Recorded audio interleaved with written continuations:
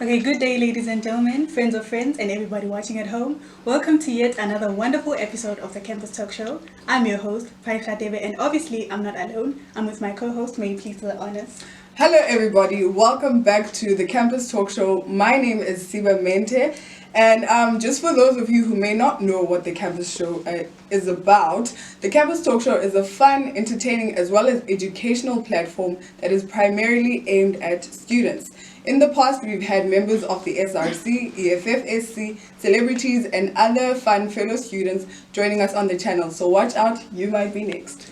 So today we are blessed with the presence of the one and only Professor Albert Modi. He is the Deputy Vice Chancellor, the head of the College of Agriculture, Engineering and Science, and also the chairperson of the UKZN PMB Campus Management Forum. Sir, can you please tell us about you and your role as the Deputy Vice Chancellor and head of? Yeah, you introduced me very well, accurately. The Deputy Vice Chancellor for the College of Agriculture, Engineering and Science, and the Director of the Pietermaritzburg Management Forum. But I think you're more interested in the Management Forum. The PMB Campus Management Forum is very exciting in that it has got students, managers of the different divisions, leaders of the colleges, getting together with members of the community, believe it or not, members of the community of Scottsville and Pelham in particular, people who are coming from government sometimes join us when there's a need. The South African Police Service in our ward sometimes join us. We are even open to alumni, people who studied, particularly on this campus, to join us when they've got some views to share with us, particularly those views that are progressive and supportive of the student needs. You know, our students have got needs. I mean, they are here to study, but one of the things that I would like them to be aware of, I'm talking about the stakeholders, is that our students would like to interact with the world as much as possible. And if that creates opportunities for them when they study and when they start working, all the better. So I think, can you just in simple terms explain to someone who may not be aware of what is the forum exactly, and then further elaborate on your particular role as the chairman of this forum? The forum is a creation as a result of my plans to act in my role as the director of the Pietermaritzburg campus. I was appointed by the Vice Chancellor to assist with the overseeing of the activities of the campus on behalf of the executive. Of course, that is my role in the College of Agriculture, Engineering and Science. But it was necessary for the executive to have somebody who is going to be their eyes and ears without being the manager of the managers who have their own managers who are called directors as employed by the university. So I'm not paid particularly to be the director, I'm paid to be the DVC, though there is no additional payment to it. But the forum was established by me in order to make sure that we can get together.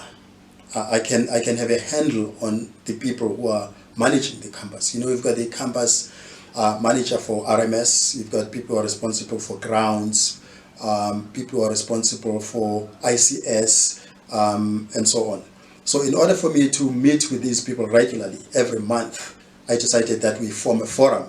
And the recommendation was that the students should be part of the forum as represented by the SRC. And of course, we said, let us allow people from outside, as I indicated earlier, to join the forum if they want to. So we've got members of the community. Now, the idea is that we need to understand issues that are related to health and safety, particularly on this campus. That's number one. Secondly, we need to be aware of what is affecting our staff and students on this forum. We need to be aware of what the community thinks about this campus and the university, and as much as possible respond to those in a manner that is constructive and supportive to our students, to our staff, as well as people around us. So we hear firsthand issues that affect our staff and our students. For example, crime that affects our students outside of the campus. is something that we need to be aware of. Now, while RMS is only responsible for the campus, it is important for RMS to also work together with the South African Police Services in order to make sure that our students are protected from crime even outside the campus. So that is one advantage of it.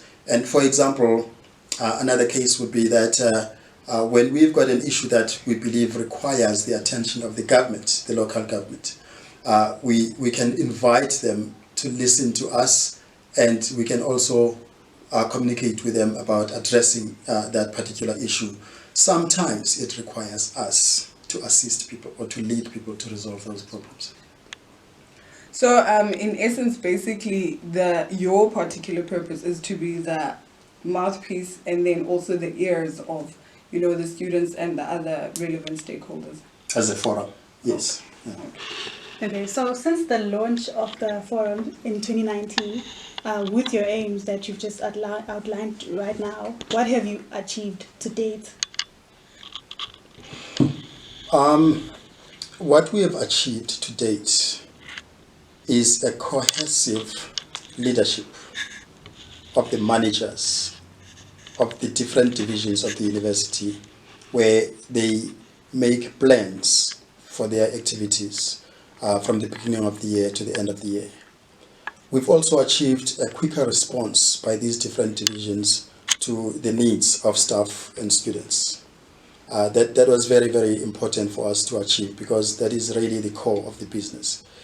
The ability to meet with the SRC when they are not putting you under pressure through a campaign in a formal meeting is a great achievement, because they are really seen to be representing students as leaders. And it's a very important platform for them as well, because they've got all sorts of people around the table, and they put on the table not only the issues of students, but they also get a chance to learn as well as a chance to contribute to issues that are not directly speaking to students as such. So to me, it's been a great achievement to see student leadership benefiting and growing as a result of a platform that is open and is making them to contribute to the management of the university globally. I thought that was a great achievement. But achievements are growing. We also have an opportunity to discuss critical issues that affect not only our campus, issues that affect society. I mean, gender-based violence is a very critical matter. Now we've got COVID-19, we've got issues that are related to equality, believe it or not, among students and staff, issues that are related to mental health. On our forum, some of the members who sit there are people who are very professional in terms of their training related to managing mental responses of people. We've got psychologists that are coming from the colleges who sit there and they make contributions about how students are affected by all sorts of things. That is very, very important to us, because we begin to learn how students can be put under pressure and respond to that pressure in a manner that could actually be destructive to them. And then we hear how people are assisting them. We also contribute to how they may be assisted, even though we're not professionals or trained as psychologists. Right. So according to you, do you think that the SRC, in our particular context as UKZN PMB, has been useful thus far? And also, you mentioned something about how students cope and their mental health and so forth. And it's making me think of, the exclusion, when academic exclusion. Do you think, what's the aim, firstly, of excluding students who are struggling? And also, do you think then, is that actually helping when you look at it and maybe do like your reviews and see the progress? Does it really help students if that was the aim? Look, the one thing that I can say is that while the platform is to look at sort of general issues of management of the campus, the SRC does not forget to remind us about the issues that affect students, particularly with respect to exclusions and of course the way they see it. So we also get a chance to be educated about how students understand this. We understand it from a perspective that says, in order for you to register, you must pay 15% of your fees that you are owing to the university. We understand it from the perspective that says, in order for you to continue, you must pass your modules at a certain level. And if you do not pass and you are excluded, you must then go back and sort of rehabilitate in the sense of going to be exposed in your field of study or starting something else that is going to improve your performance. And then you come back. That is how we see it. And can you see that is very clearly defined and has got a very structured way of defining it. But when you look at it very carefully, you ask yourself the question, outside of a room of a lecturer or a leader of the university, why are students excluded? Students are excluded if they don't pay the university the money that the university needs in order for it to run. That's how I see it as a DVC, right? So what is it that I'm going to do to avoid this exclusion that is related to financial matters? Well, what I have to do, first of all, is to assist students to perform well. So I need to come up with strategies that are going to assist the students to perform well so that they are not going to be excluded for academic reasons. And some of the students who owe the university money are the students who are behind in terms of their academic record. Yeah. You know, you've got somebody who's in the 4th year of a 3-year degree. Most of those people, particularly those who are funded by NSFAS, are actually going to be owing the university because NSFAS can only pay you during your normal period of study for their support. So as a university, we now know that we need to focus on assisting our students from day one when they arrive through tutorship programs. But the tutorship programs that we believe are going to work very well are those that involve undergraduate students for undergraduate students. We still need to test this, but this is our view. Imagine taking a 3rd-year student who's been doing very well all this time, and you're making them to be a tutor of undergraduate students. This person has got it right here, the experience of being an undergraduate student, and they know how it's like to not perform very well, why you may not perform very well. They've had friends who failed, and they've had friends who sort of caught up and finished their degree maybe one semester later. So I think that is one thing that we need to do, in addition to creating opportunities for postgraduate students, even at master's level and PhD levels. So we've proposed this, particularly to the College of Agriculture, Engineering and Science, that we need to increase the mentorship of students by academics, senior academics, but also by other students because they speak the same language. So now I'm excluded. Am I on my own in terms of trying to prove to the university that I'm rehabilitated, or is there some sort of way that the university also comes in to say, let's help rehabilitate you? I mean, okay, let me start off by accusing students. It's easy for me to do it. The problem that I have with students is that they only come back to me when they want to come back. Do you understand? They come to me when they want to come back. If a student is excluded now, we must talk about how to assist the student now before they go away. Okay? So the first suggestion that I have to students is that if you end up getting to the point of being excluded, before you go, come to the college and say, I'm going to be excluded. Okay? Now, when I look at your rules, I'm going to be excluded. What is it that I can do? Do you know that when I interview you, it is possible that what I'm asking you, what the university is asking you to go and get, you could actually get it from within the college. Okay? Because, let me give you an example. I've got research projects, right? Some of my research projects require somebody who does not have a master's degree or a PhD, but somebody who understands the field in general. Now I can take you to the field and say I'm doing research that is related to the mapping of the land, understanding why land can be used in the context of climate change and things like that. You don't need to have a specialist qualification, but you need to see how these things happen. So while you see postgraduate students and researchers putting together the information in your presence, but all you're doing, you're carrying their bags and their computers around, at some point you're going to be asked to do something, and you get excited about it. While you do that, I then say to you, I want you to read about this, read about this.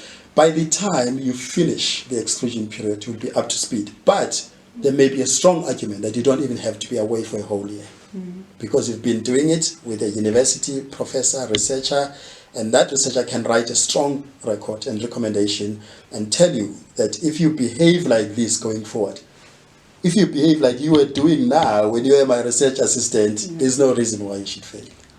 Yeah. In light of recent events, there's been a sudden passing of a student in his residence.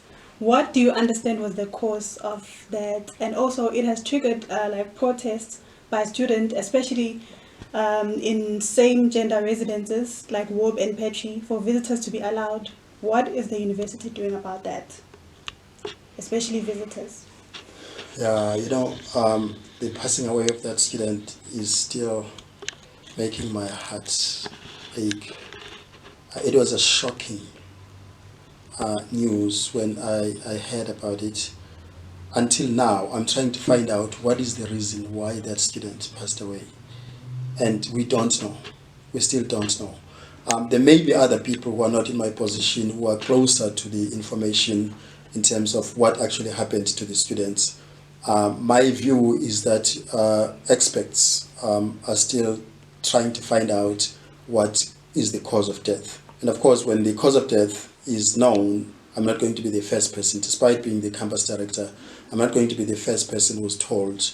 I think the leadership of the university at the level of the Vice Chancellor needs to know first what actually happened, because the Vice Chancellor is very, very much concerned as well about what happened. So we don't know what happened to the student, but we just know that the student was well the previous day. The friends saw the student, and the next day they couldn't hear from the student, and then they alerted RMS. When we found the student in his room, he had passed away. Nobody attacked the student according to what we could see. I mean, there were no injuries or anything like that, but we can't argue that there was no attack or anything like that. So we're still trying to find out. We are also feeling for the family of the student, and we continue to provide support where we can. And one of the things that we decided to do is to continually communicate with them to find out what support do they need from the university. But I must say it's been a couple of days now since I've heard anything about the student, so I can't update you about what is happening. I don't even know when the student is going to be buried. But coming back to the issue of the visitors that our students are insisting upon, it appears to me that you are saying that this is the issue with respect to the resis that have got males only and the resis that have got females only. Is that what you're saying? Yes. See, I'm actually hearing for the first time about that as well, because I heard about it generally when you were giving me a memorandum. There was no indication that this is only affecting resis that have got males only or the ones that have got females only. So in mind quickly comes Warb, in mind quickly comes Petrie, as the residences that are now on campus have got males and females only. We are considering this matter very seriously. My first response was that, we know our students who are on campus because they record their names when they come, and we've got a record in the colleges and at DSRA of the students who are on campus. So we can count them, and therefore when a student is missing, we should know which student is missing. by looking at our records, and then we are told by other students that so-and-so is missing, then we can confirm that. The students have got student cards that they use to enter a building, any building on campus, right? When they go to the library, they use that student card. When they go to the LAN, they use that student card. When they go to laboratories, those who have got to do practicals in the labs, they use that student card. So the question that we're asking ourselves is, what is it that students want when they talk about visitors? The assumption is that a student should be able to go to fetch something from another student using their student cards. RAs are there. The RA is going to say, what do you want here? And the student says, I'm here to see Nosipo. Why do you want to see Nosipo? I want to fetch my books from Nosipo. Okay, go fetch your books and come back. Now, it is that deep that we understand the meaning of visitors. So I'm not sure what else students mean by visitors, but to me, visitors mean that somebody is coming to see me for a specific reason. We are here as students. Maybe somebody says, you know, we are actually having a take-home test or some kind of an assignment. We need to spend 20 minutes together. So you must report that, and somebody is going to say, well, you must go to the library to have that conversation, or to the LAN to have that conversation, or I can allow you to get inside and fetch whatever you want to fetch and come out. Now, students are not saying to us, they are refused. I've not heard any student who actually gives me more details other than saying, we want to have visitors, we want to have visitors. So I'm still waiting for the SRC and the students to tell me, what do you mean when you talk about visitors, really? Perhaps you know, because you can tell me. But as far as I'm concerned, people are able to go and fetch things from other friends, isn't it? Okay, so we talk about visitors in the sense of fetching things. Let's say, for instance, I'm falling sick, right? And my mom, Shambi, stays far away, and maybe she needs to sleep over for the night before she goes home. Like, do we accommodate such things? Or what do we say of such scenarios? Because people's scenarios differ. Look, that is a very rare case. And I believe, as the campus director, that I would be able to be assisted by managers of divisions that are responsible for that. You know, we've got a campus clinic. We've got the health and safety division. So if there is a mother who came to see their daughter, the first thing that we would do would be to say, the room of the daughter is not the safest place for you to be. If you are here and you want to sleep with your daughter, is it possible for us to find an alternative space for you to spend the night with your daughter, if you have to spend the night with your daughter? And we would do something beyond the call of duty, so to speak, and then report back to the university that, you know, there was this person who was very sick, and there was this person who was the mother, and the mother wanted to spend time. We decided that we should give them an exclusive space, because we don't believe that the room where the student is the best place to be. So we're here. Please let us know. We will support you. We'll assist you. Okay, so now that we've touched on the issue of health and safety, it has come to our attention that the campus clinic is not working 24 hours. Do you think that is in the best interests of students, and does it meet their needs in particular? The reason why it's not working 24 hours is because of the restrictions associated with COVID-19. You see, staff members of the university are coming to work on a rotational basis in some colleges because they can only spend so much time inside together with other people. Now, the clinic staff are much more exposed to the danger of being infected by COVID-19. As a consequence of that, we then have a rotation during the day where they can spend only so many hours, not the whole day. Even the 8 to 4 or 4:30 is not the period that is allowed for one person to be there all the time. So we are doing this to manage COVID-19. But we've got Maponya with services that will be available to us after hours.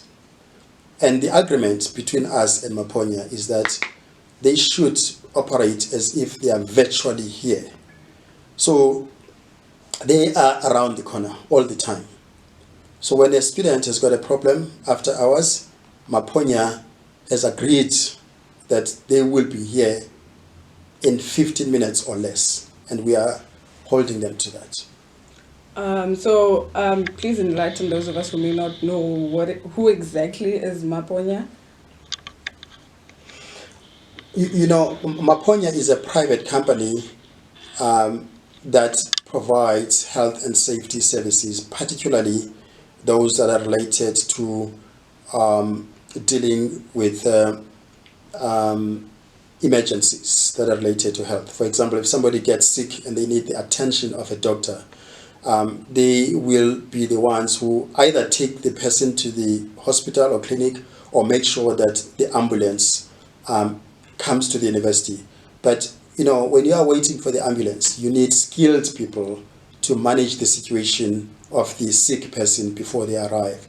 Now, based on the what is called POPI Act, the private information of companies and individuals cannot be shared very easily. So I can't give you a lot of details about them other than to say that they are private companies, like, for example, the security companies that are employed by the university and other bodies. But the best that I can tell you is that they are a private health and safety company that has people who can deal with health emergencies, particularly while we need to deal with people who've got injuries and people who got sick, and we cannot allow those people to stay at the university. Okay. But for issues that are related to a student wanting to get an ordinary health support or ordinary health service, we encourage the students as much as possible to do that between 9 o'clock and 4:30, as much as possible. Please share. I think it's important to share that information with students so that they are aware. Just like if you know that a shop is going to close at 5 o'clock, please make sure that if you need pills that you are having to collect, do that before 5 o'clock. I think people's girlfriends and boyfriends would be aggrieved if we never asked, are we necessarily restricting the visiting of, like, can I go to WOB to see my boyfriend? And can he come to Petrie to see me? Or, like, are we just saying no to that? Only collect your books and be good. Mm-hmm. Look, it's important that we don't get involved with the private lives of people. So, as a university, we can't say, we assume that there's a boyfriend and a girlfriend. Mm. I assume that no one has got a boyfriend. Because I've got daughters your age, and I don't want to think about your boyfriends and your girlfriends. I want to think about the fact that you're doing law, you're doing physics, you're doing education, you're doing economics. That should be what is on my mind. So when I make these plans about people having to go to another residence, I must say my plan is that my students is going to fetch something that is related to why they are here. But look, it's very important though to understand that a university is not a school. A university is a place where this may be the only opportunity, and I can put my neck on the block. A university may be the only opportunity in your whole life as a person who was lucky to come to varsity that you're going to get exposed to social life the way you are exposed to social life here. After that, you know what is going to happen? You're going to be employed and you are going to have to deal with people. You may be a very difficult person if you did not take advantage of the social life of the university. Mm-hmm. You are going to get married. You may be a very difficult person if you never got to take advantage of the social life of the university, where you see people being friends and working together and dealing with difficulties between them. So, yeah, we understand that you are not only here to study. I mean, people need to interact. Mm. Do you know interacting to laugh is a big deal? Mm. Interacting to play. When you play, you laugh. Okay? So interacting to have conversations, arguments, that are constructive is very important. So it's something that we need to think about very carefully as the university. But again, remember, at university, there are no children. We invite students to come forward and give us suggestions, particularly as the forum. Come to us and say, okay, there is that space there.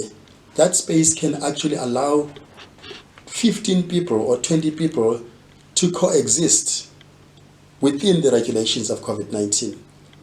Can you please assist us so that we can use that space? It's outside the residence. Some of the spaces may be within residences, but please come to us with suggestions, because we do want people to understand that the university is not only a place to study. If it was only a place to study, I think we would be destroying people's lives. When it comes to postgraduate funding, or sometimes the lack thereof, what does the university say about this, and especially in EPGCE?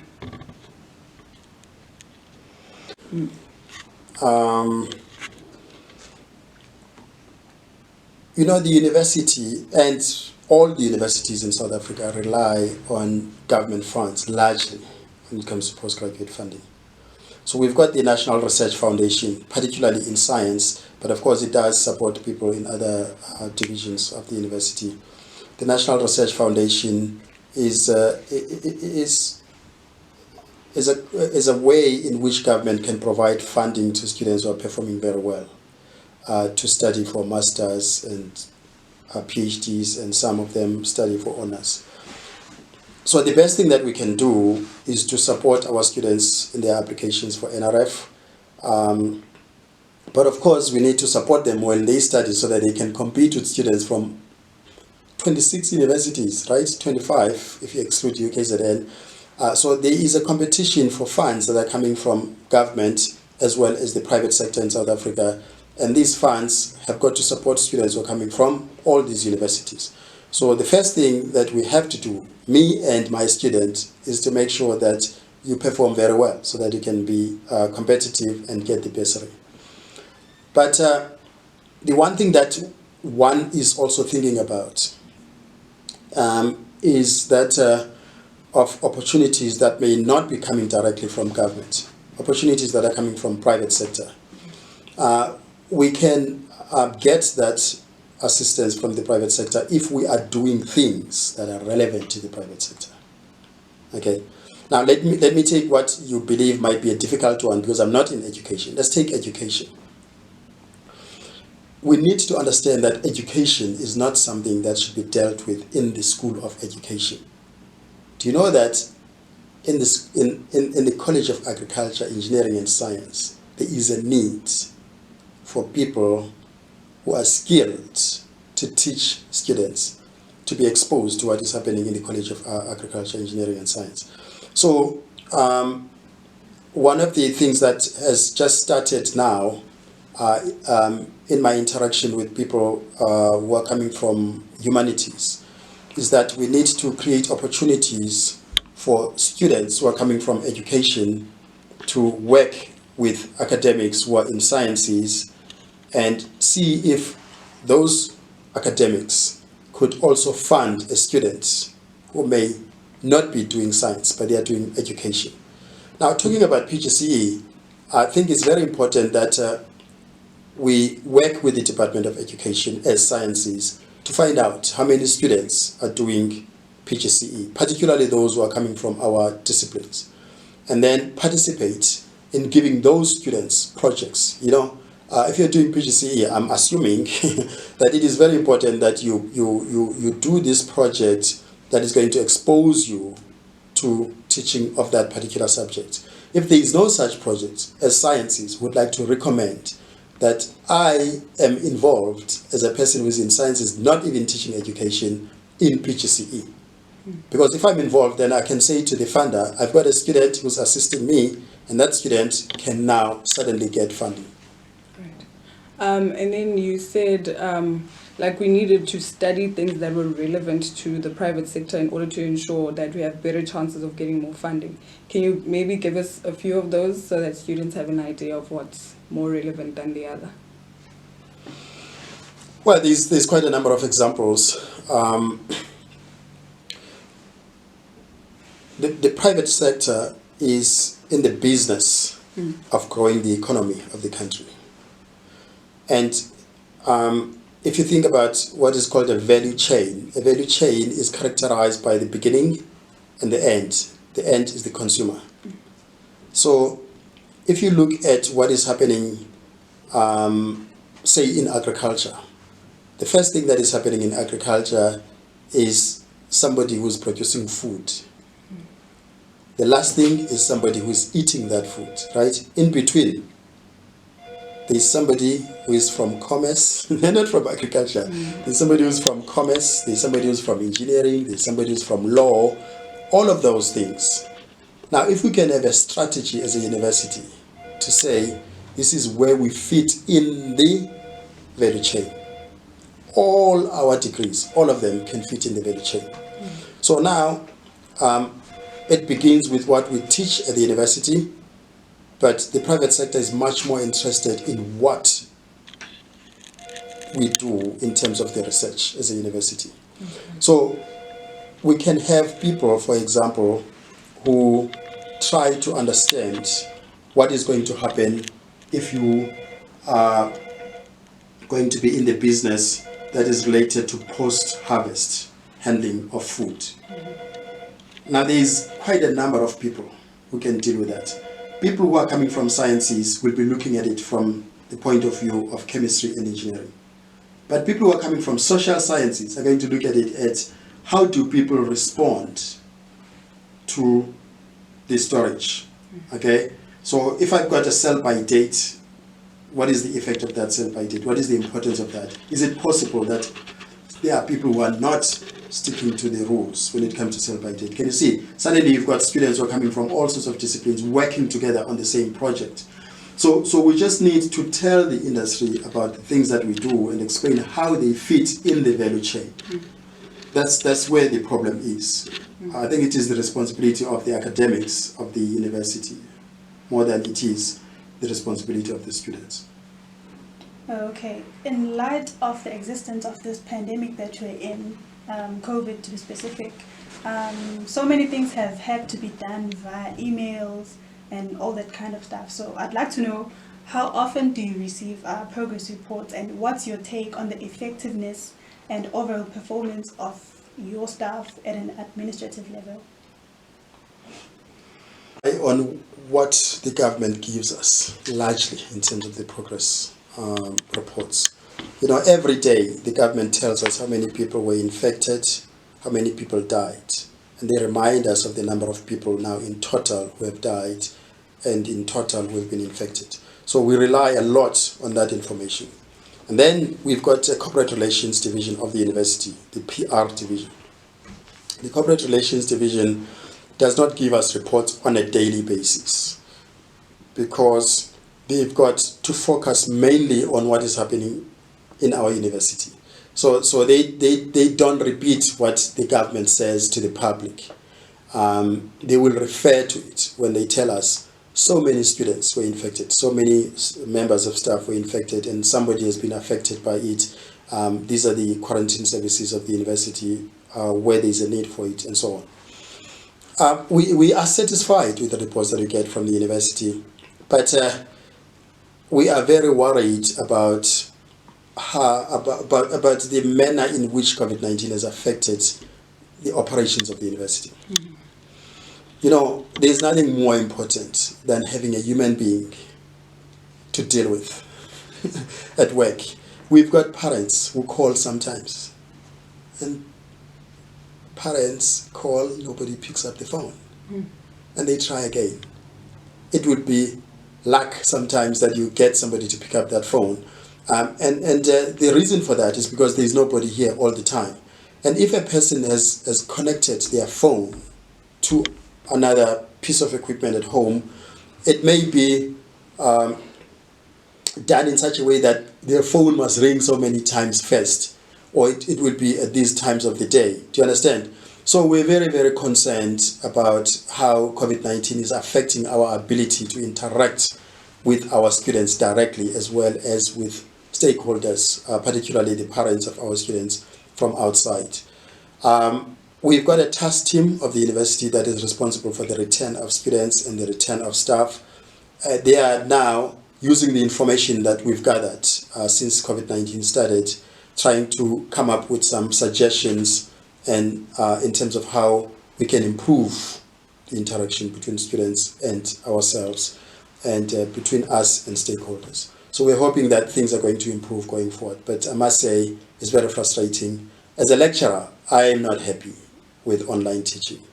I really enjoy having my students in class. I can see you in the face, and it's easy for you to catch me at the end of the lecture or before the start of the lecture to say, I've got this issue, I've got this problem. Now, this email communication is not as effective as talking to a person face to face. Right. It's safe to assume that maybe for most of the week, like, people's offices are unoccupied. So, for instance, if I have an issue with, say I just came back this semester to school and I'm trying to sort out my housing funding and whatever, is it safe to assume that phoning is useless because no one is at office ever? No, it's not true to say that no one is in office ever. Okay. What is true is that many times than students and stakeholders want, people are not in the office. And that is actually frustrating. Because we may have only that opportunity to resolve an issue that is related to our children as parents. It is frustrating, and as I said before, it's something that we need to improve on. One of the ways we can improve on this is vaccination. Okay? Because imagine if all our staff are vaccinated and a person does not have a chronic illness, there can be a very strong argument that if you are vaccinated as a staff member, you have to be in the office more frequently than you would have been before because everyone is vaccinated. So one of the things that we are trying to push very hard is for employees of the university as much as possible to be vaccinated. We also want our students to be vaccinated. It's such a pity that people have got all sorts of stories about side effects, and some of them are saying these things because they lack information. It's not because they are refusing to be vaccinated. And one of the things that I would like to push now, that I've been successful to have a vaccination site on the PMB campus, is to inform students about the meaning of vaccination and the meaning of side effects. And so I encourage students to go and get vaccinated. But please ask as many questions as you want before you get vaccinated. What is a vaccine? How many people know what is a vaccine? And people say, I'm afraid because you're putting COVID-19 into my blood. Do you know the truth?